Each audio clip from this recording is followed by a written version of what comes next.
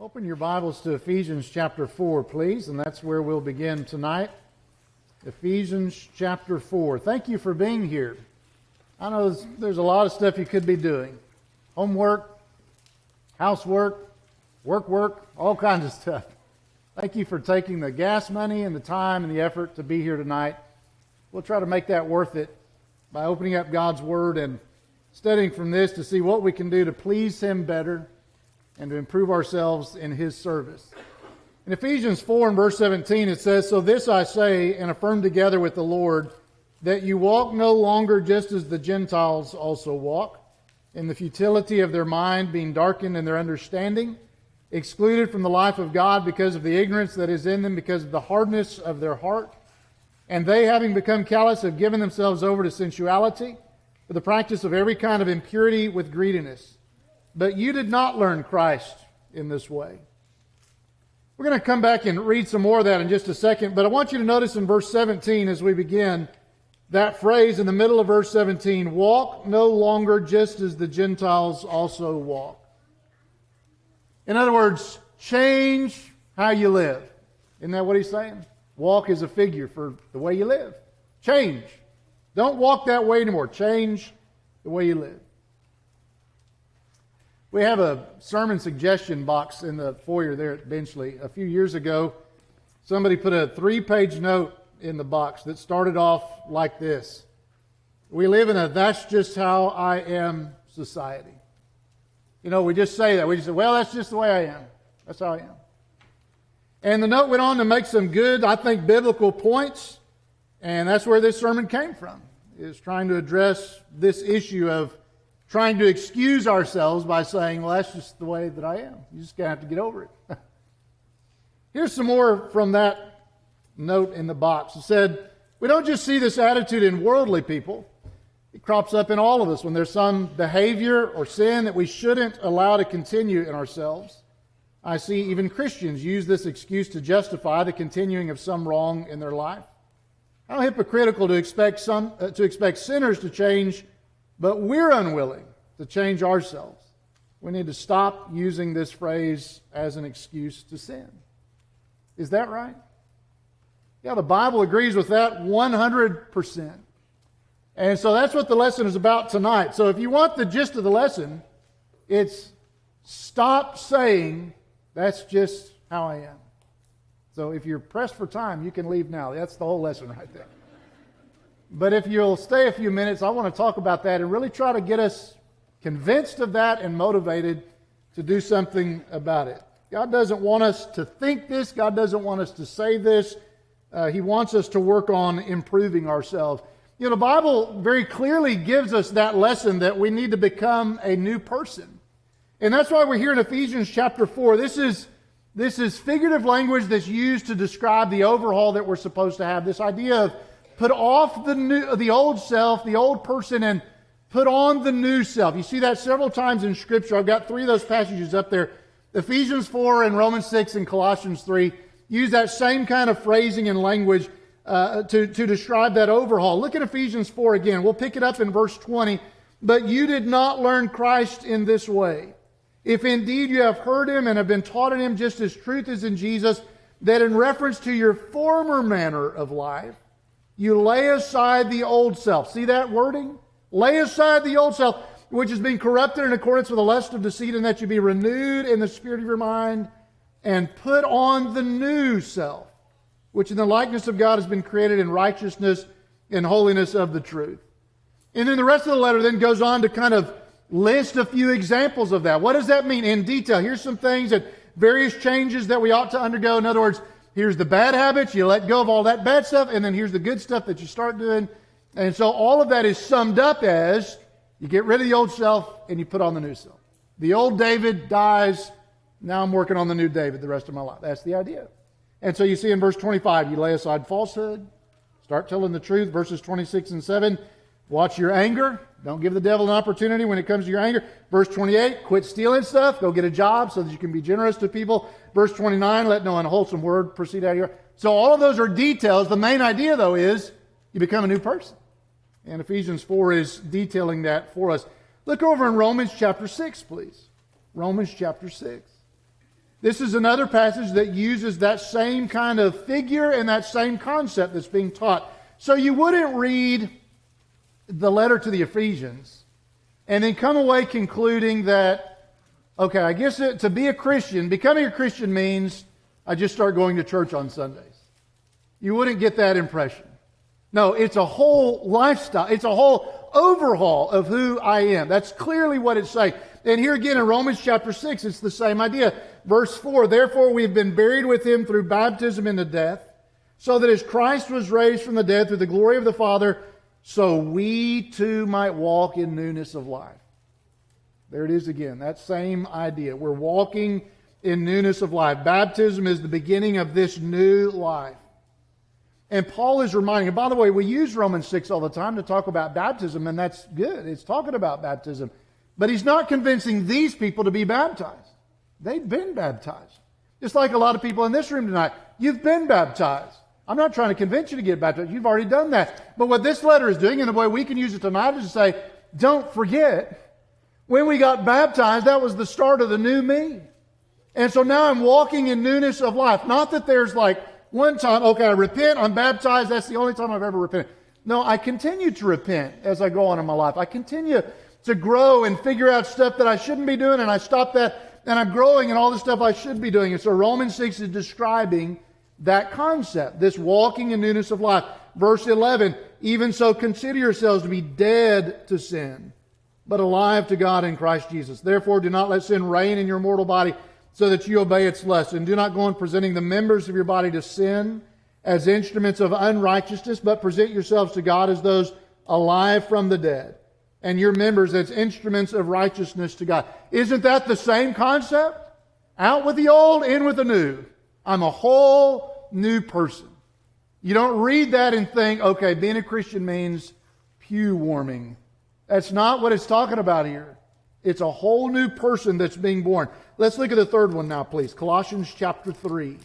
Colossians 3. It's the same idea, same wording, same phrasing, same figures here in Ephesians 4, Romans 6, and Colossians 3. So now we're in Colossians 3, and I'm looking in verse 9.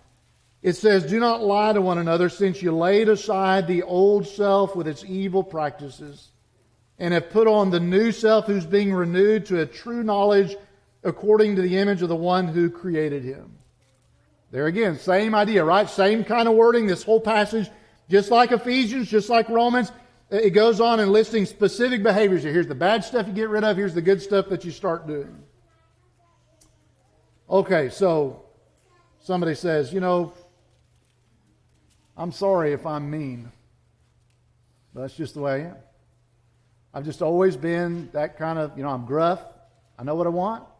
And I'm demanding. I've got to get it done kind of attitude.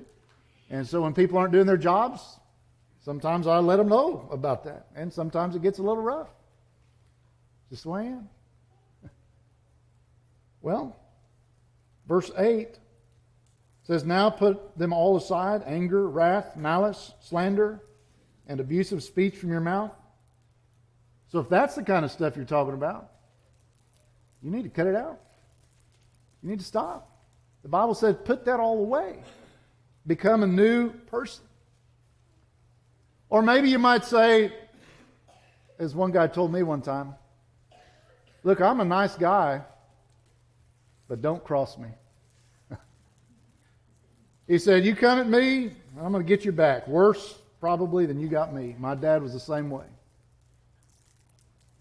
Well, verse 13, bearing with one another and forgiving each other, whoever has a complaint against anyone, just as the Lord forgave you, so also should you. That's what the Scripture said. Your job is not to be like your daddy. It's to be like Jesus Christ. Become a new person. How about Galatians chapter 2? This is Peter. He's called Cephas here. Look at Peter, Galatians chapter 2. Let's just think about this concept. Isn't this an example of what we're talking about? Galatians chapter 2 and the hard kind of changes that God demands of us. Galatians chapter 2 and verse 11, it says, but when Cephas came to Antioch, I opposed him to his face because he stood condemned. For prior to the coming of certain men from James, he used to eat with the Gentiles. But when they came, he began to withdraw and to hold himself aloof, fearing the party of the circumcision. The rest of the Jews joined him in hypocrisy, with the result that even Barnabas was carried away by their hypocrisy. But when I saw that they were not straightforward about the truth of the gospel, I said to Cephas in the presence of all, if you, being a Jew, live like the Gentiles and not like the Jews, how is it that you compel the Gentiles to live like the Jews? And he goes on from there. Now here's Peter, here's Cephas, and he's guilty of hypocrisy. Put yourself, though, in Peter's shoes. Couldn't Cephas have told Paul, look, Paul, you're a Jew, I'm a Jew. This is just how we are. You know, it's been like this for a long time. I was raised this way. My daddy, his daddy, his daddy, his daddy. 1,500 years. We had the law of Moses in effect. And so, can't you understand, Paul? This is just the way it is. And Paul, for his part, couldn't he understand? Paul was a Jew. Paul talked about how much he was a Jew. I'm a Hebrew of Hebrews, he said. Paul could certainly sympathize with that point. He grew up revering all things Jewish. But in Galatians 2, we've got one Jew telling another Jew, look, brother, we got to change. This can't be the way it is anyway. I don't care how long it's been like this. I don't care how we were raised. Now we've got to change. Was it hard, do you suppose, for those Jews in the New Testament to change the way they'd done things for so many centuries? I can imagine only how hard it must have been. But Jesus demands hard changes. And God demands of Peter and Paul and you and me to make those hard decisions and to become a new person. Scripture clearly teaches that. In these three passages, we see an example in Galatians 2 and all through the rest of the New Testament. And that's our duty. Our obligation is to change. Let me talk about some other effects of this problem. I say other effects because the main problem is you're breaking God's law. I mean, that's bad enough right there. But as if that were not bad enough, there are some other offshoots of this problem that also come into play. When I'm unwilling to change, when I'm unwilling to become a new person because I just make that excuse, it's just the way I am, just leave me alone and deal with it. There's some other problems that also come from that, besides just breaking God's law. One of those is it's hypocrisy, and it just ruins my credibility. Look in Romans chapter 2, please. Romans chapter 2. You know, virtually none of us who have this kind of attitude are allowing that same attitude in other people. We don't want other people to act like that. For example, somebody robs you at gunpoint, you'll probably be upset at that. And as they're running away with your phone and your cash and everything, just imagine if they call back over their shoulder to you, well, I'm sorry, you know, that's just the way I am. I've always loved cash and hated working, so. Are you just going to say, well, if that's the case, I didn't realize that was the way it was, but go ahead. Here's the pin. No, we expect people to change. I don't care if you think that's the way. You need to change. This is wrong. I expect other people to change. What about me? It's easy to be hypocritical in this. I look at everybody else. It's easy to see your problems and all the things that need to happen with you. But with me, it's kind of a different story with me because I know all of my circumstances and I know why it's so hard for me and blah, blah, blah. I have all kinds of excuses for me. And so we see the hypocrisy there. I want other people to change and be better and improve themselves. You're not allowed to be who you are. I'm allowed to be who I am, though, because it's a little different for me. Romans chapter 2 and verse 1. Therefore you have no excuse, every one of you who passes judgment. For in that which you judge another, you condemn yourself. For you who judge practice the same things. And we know that the judgment of God rightly falls upon those who practice such things. But do you suppose this, O man, when you pass judgment on those who practice such things, and do the same yourself, that you will escape the judgment of God? He's calling out their hypocrisy, isn't he? Drop down to verse 21. You therefore who teach another, do you not teach yourself? You who preach that one shall not steal, do you steal? You who say that one shall not commit adultery, do you commit adultery? You who abhor idols, do you rob temples? You who boast in the law, through your breaking the law, do you dishonor God? For the name of God is blasphemed among the Gentiles because of you, just as it is written. Think about that last one there, verse 24. That idea that because of the way I'm acting, other people would blaspheme God. Other people would have a derogatory and a lesser view of God because of the way I'm acting. They look at me, supposedly a Christian, they say, that's what a Christian is? And it causes them to have a lower esteem for God. Oh, I don't need that kind of religion. It causes people to blaspheme. We lose credibility. This is hypocrisy. These are all offshoots of the same problem here, my unwillingness to change. There may be no quicker way to destroy my influence among other people than to expect them to change while I just keep excusing myself. It's just the way I am. Deal with it. Well, another offshoot of that problem, it allows spiritual laziness to continue. Look at the book of 2 Peter, please, chapter 1. 2 Peter 1, do you remember this list that we have over here, these virtues, whatever you call them, this list of behaviors that we're supposed to be working on? Look what it says here, 2 Peter chapter 1 and verse 5. Now, for this very reason also, applying all diligence. I'm reading the New American Standard. Applying all diligence. You have the ESV, it says, make every effort. That's talking about energy there, right? It's talking about effort. This is, you got to get up and do this. You got to be working on these things. And then he lists those things, starting, just scan your eyes, verses 5, 6, and 7, all those good things we need to be working on. Verse 8, for if these qualities are yours and are increasing. So you're applying all the diligence, and these are qualities that are to be increasing in your life. It's not like, okay, I got brotherly love, I'm done with that. This all my life, I'm working on this, these are increasing. In verse 10, therefore, brethren, be all the more diligent to make certain about His calling and choosing you. For as long as you practice these things, you will never stumble. So, all those reminders there. Yes, he gives us a list. Here's the qualities, but notice those other phrases and words in there. Be diligent, make every effort. We're continually working on these things. Clearly, this involves energy. Clearly, this involves effort on our part. That's what the Apostle Peter was inspired to tell people. But I can wipe all of that away with this lazy phrase. Well, that's just how I am. In other words, I'm not going to work on it. You just have to accept this is the way I am. Brotherly love, never been good at that one. That's just the way I am. Faithfulness, can't work on it. Perseverance, not my thing. This is just the way I am. Forget trying to change.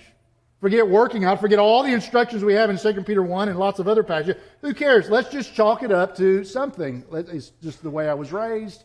This is what I'm used to. This is what I prefer. This is how I was born. Or anything like that so that I can just do what comes easy and naturally to me. As wrong as it can be, isn't it? It's just flatly denying the instructions that we have here in God's holy text. My job is not to do what's easy to me. My job is to do God's will. It was not easy for Jesus to leave heaven and come live on earth, to die on a cross. But He did that. And aren't we glad? If for no other reason, I ought to be willing to put forth the effort for Him to try to pay in some small portion back to Jesus what He's done for me. Things that aren't easy. And so, don't use this excuse. It just allows spiritual laziness to continue. And thirdly, it implies that some sins are okay. Look in the Gospel of John, please, chapter 9. John chapter 9 records the story of Jesus healing this blind man. Look in John chapter 9, please. And let's use the Pharisees as an example here, because no other group smacks of elitism and the party spirit quite like the Pharisees over here. In John 9, just a great example of how terrible their attitudes could be. Their attitude was pretty much, as long as you agree with us, you're okay. We're Pharisees, and so that's just who we are. This is the way we do things. We know stuff you don't know, and as long as you're in our group, everything's going to be just fine. They're so unwilling to change the way that they think and the way that they do things that they would deny the most obvious of miracles. And that's what you have here in John chapter 9. Here's a guy that's blind. Jesus heals him, now he can see. That's a pretty blatant miracle right there. But even in the face of that, notice their reaction. John 9 and verse 28, they bring the blind man to him. This is the Pharisees talking to the blind man. John 9:28, they reviled him and said, you are his disciple, but we are disciples of Moses. You know that God has spoken to Moses, but as for this man, or we know that God has spoken to Moses, but as for this man, we do not know where he's from.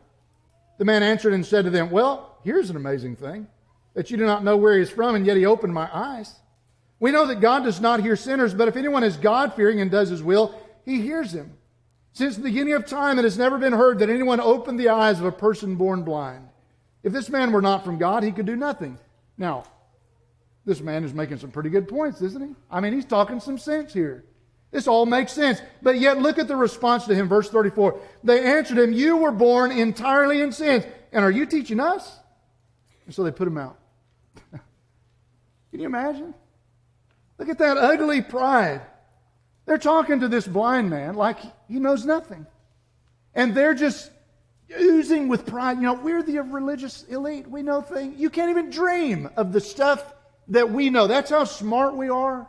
We're the experts in God's law. We know all of this stuff. Don't you dare tell us who to accept. We'll teach you if we have time.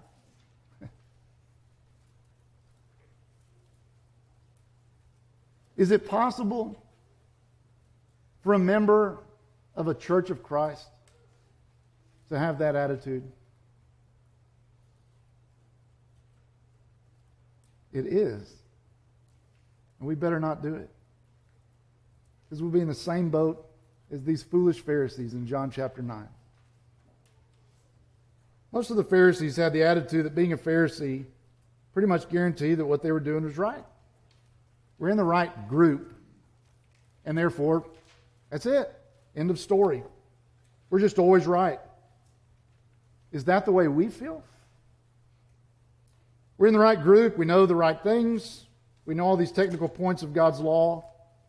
And so it really doesn't matter maybe if my personal behavior is kind of off-center a little bit. Doesn't matter if I have pride, if I'm a little materialistic. None of that really matters. I'm in the right group. This is who we are. This is the way we are. Maybe instead of that's just how I am, that's just how we are. It's a group think type of thing. And if someone dared to point out any flaw in me, what would I think? Oh, don't worry about me. I'm fine. Don't worry. I'm a member of the Church of Christ. Actually, I'm the one that will be teaching you. If you want to get down to it. Is that our attitude? Look over in 1 John, please. We're in the Gospel of John, but look in 1 John. If that's our attitude, we need a big dose of 1 John. Let's just read one verse over here, please. 1 John 3 and verse 7. Little children, make sure no one deceives you. The one who practices righteousness is righteous, just as he is righteous.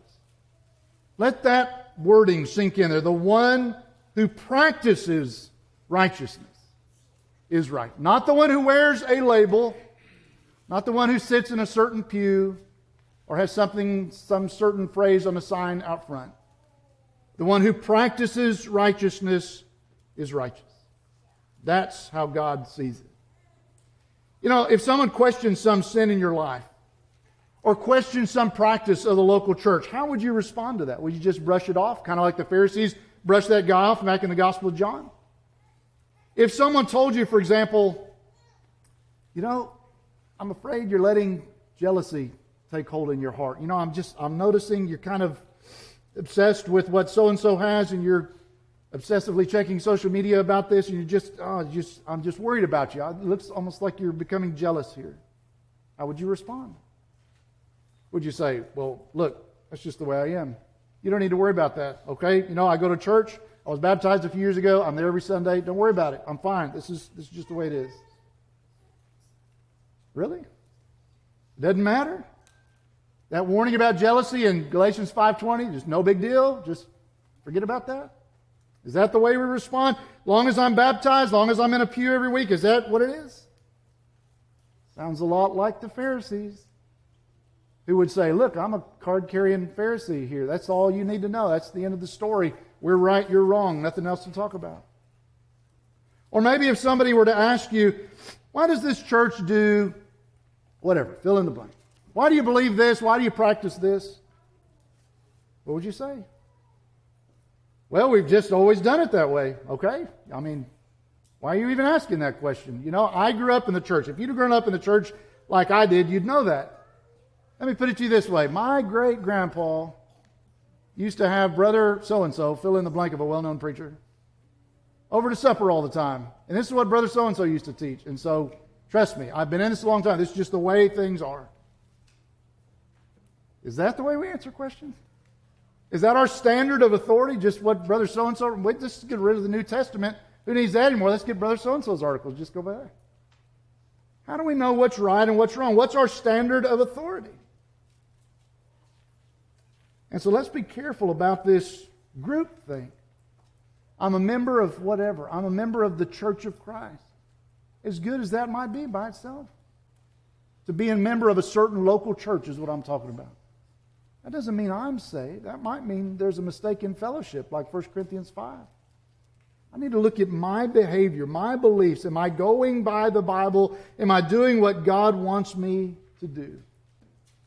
How about this? Let's just be diligent to obey and to improve in every single area of our service to Christ. How about that?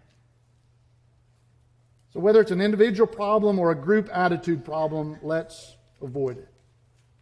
Well, am I guilty of what we're talking about tonight? Look in Romans chapter 12, please. Notice what he says here in verses 6 through 8. I think it's interesting to think about our uniqueness. We're all different. We understand that. Romans 12 and in verse 6 is one of those passages that gives a nod to that fact. Romans 12:6 says, "Since we have gifts that differ according to the grace given to us, each of us is to exercise them accordingly. If prophecy, according to the proportion of his faith. If service, in his serving. Or he who teaches, in his teaching. Or he who exhorts, in his exhortation. He who gives with liberality. He who leads with diligence. He who shows mercy with cheerfulness." And so it's saying each person here has some area or areas of strength. You know, here's something that you are especially good at, and you develop that, and you use that in God's service. But doesn't that passage also imply the opposite? You know, if there's some things over here and I'm particularly good at these particular things, doesn't that also imply the other things I'm not quite as good at as you might be? And so we're all just a little different in that way. I'm better at some things and not as good at some other things. And so it might be harder for me to fulfill a certain command because that's just not my strength. That's just not something that maybe comes as naturally to me. And so maybe I'm also prone to commit certain sins that the next guy is not as prone to commit. And all of that just goes to our unique circumstances and things like that. Each one of us is unique. And we all have our personal struggles for a variety of reasons. Maybe the culture in which we live. For example, Americans are probably going to be more prone to just focusing too much on material things just because we are so blessed. And that's just going to be something that we always need to be aware of. Maybe it's our particular family and the upbringing I have or circumstances in which I live. Maybe even some sort of genetics. You know, maybe I've just been born with a personality that's just hard charging. You know, I'm very assertive, and I was born that way to really be just super extroverted and let my ways be known and that sort of thing. And I need to work extra hard then to kind of rein that in and make sure I'm humble and submissive in all the right times. And then somebody else is the opposite. They're kind of timid. You know, they're just by nature, they're just shy, timid. And so the humility part and the submissive, that comes a lot more naturally. But maybe talking to somebody about the Bible, well, that's a lot more harder for them. See, so we're all just different. Some things we're just naturally good at. Some things are going to be a little bit harder for us. Now, what do we do with that? Those aren't excuses. That's just saying we all have different starting points on all these different things, right? That's what that's saying. And the Holy Spirit knew all of that when He inspired all the passages that we've read tonight. And yet He demands all of these things that we've been reading about.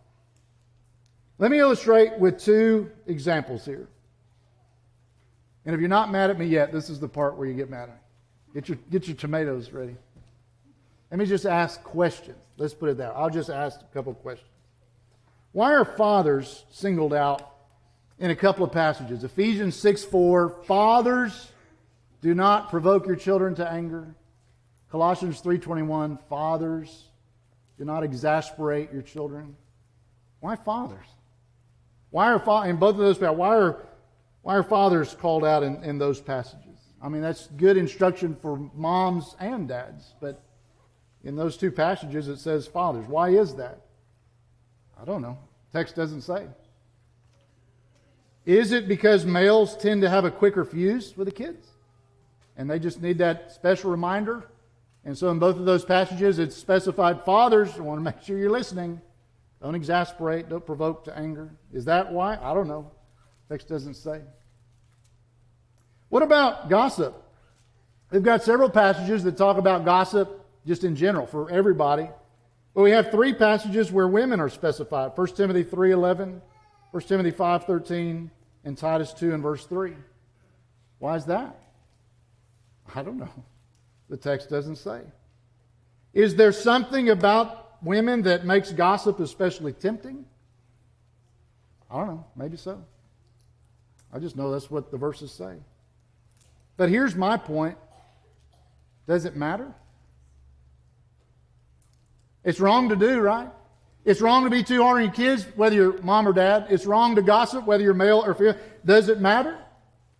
Can fathers make the excuse, or can women make the excuse for any of these sins by just saying, well, that's just how we are? Can fathers just say, that's the way dads are. What can I say? We're just super hard on the kids, and sometimes they get provoked to anger. What can I say? Can women just say, well, that's the way we are? Something we like to get together, or we like to get on Facebook, or whatever, and we talk, and sometimes we gossip. What can I say? That's just the way. If anything, the Bible is saying, no, especially you need these warnings. Here's a few verses especially to you. None of us in any group, whatever example we would put up there, none of us in any group can ever make this excuse. That's just the way we are. We need to get rid of that excuse and become new people. Try some self-examination here. Start thinking, I can't do this part for you. We're at the part of the sermon now where I'm asking you to just think about I don't know what your problems are. God knows all your problems, and you're aware of at least some of them. Only you can do this next part. Try some self-examination here. Are there some things, think this to yourself, are there some things that I tend to excuse about myself for some reason? Do I just give myself a pass and say, well, I've always been this way, this is just the way it is? Are there some things like that in your life? Let me just stomp around in the dark and see if I step on any toes. Clicks. Look in James chapter 2. In James chapter 2 and in verse 2, it says, for if a man goes into your assembly with a gold ring and dressed in fine clothes, and there also comes in a poor man in dirty clothes, and you pay special attention to the one who's wearing the fine clothes and say, you sit here in a good place, and you say to the poor man, you stand over there or sit down by my footstool. Have you not made distinctions among yourselves and become judges with evil motives? He's warning here about this sort of thing, that maybe a congregation might start divided. Here's the people that have more stuff. Here's the people that don't have the same kind of wealth. Yesterday, one of our sermons, the whole first half of the sermon, remember Ephesians 4:32, be kind to one another. Obviously, that's a clear instruction in the Bible to be kind, to love one another. 2 Peter 1, we talked about brotherly love. In Paul's letters, he's constantly urging people to try to get along and come together and be harmonious. 4 times he uses that phrase, greet one another with a holy kiss. So that instruction is all through the New Testament. And God understands some people are more shy than other people, and this is just naturally harder and all that sort of stuff. But we can't use that excuse. That's just how I am. I'm just not nice to people. We need to just replace that with a better thought. I have to work harder at this. We've preached this point up at Benchley for years. When I first went to Benchley years ago, there's 2 of us, Jess Jenkins and myself, we also lived next door to each other, preached together. And neither one of us wanted it to become a clique thing at Benchley. Here's all the people that like his preaching, here's all the people that like his preaching. That sort of thing can happen in a congregation. We've been very upfront to try to avoid all of that. Or any kind of thing. In a college town, we don't have as many students as Twin City, but here's the college students, here's the older people, Or in James chapter 2, here's the haves, here's the have-nots. If I were preaching this sermon in the first century, here's the Jews on one. Can you imagine the pews? Here's the Jews sitting over here, here's the Gentiles, and they don't mix, they don't get along. Whatever the clique might be. Is this the way you are? You say, just give myself a pass. I'm not trying to fix it, just the way it is. What about materialism? Is this your problem? We have so many blessings in this country. We're so prosperous. And maybe you would say, well, I love it. I love me a good smartphone. I love a good gadget. I love a new car. I love clothes. Love hunting rifle, whatever it is. It's just how I am. I just enjoy that stuff. Then he said to them, beware and be on your guard against every form of greed. For not even when one has an abundance does his life consist of his possessions. Luke 12 and verse 15. What about laziness? Is that your problem? Just in general, just lazy. Spouses are left unloved. Children are left undisciplined. Bibles are left unread. Jobs are left undone. You might say, well, I just like to relax. Runs in my family. We're all good relaxers. That's fine to a point, but some stuff needs to get done. You see that a man is justified by works and not by faith alone, James 2:24. I don't know I don't know what you're guilty of. Like I said, I'm stomping around in the dark, trying to step on our toes. Here's the main thing I want you to remember. God loves you. He wants you to change. He wants you to be the best version of you, according to His will, that you can possibly be. And in order to do that, we need to stop thinking and saying, that's just how I am. And we need to start saying, I now live for Christ. That's my job. If we can help you tonight to be baptized into Christ, to start that walk in newness of life. If you've done that and fallen away, we encourage you to come back. If we can help you in any spiritual way, please come.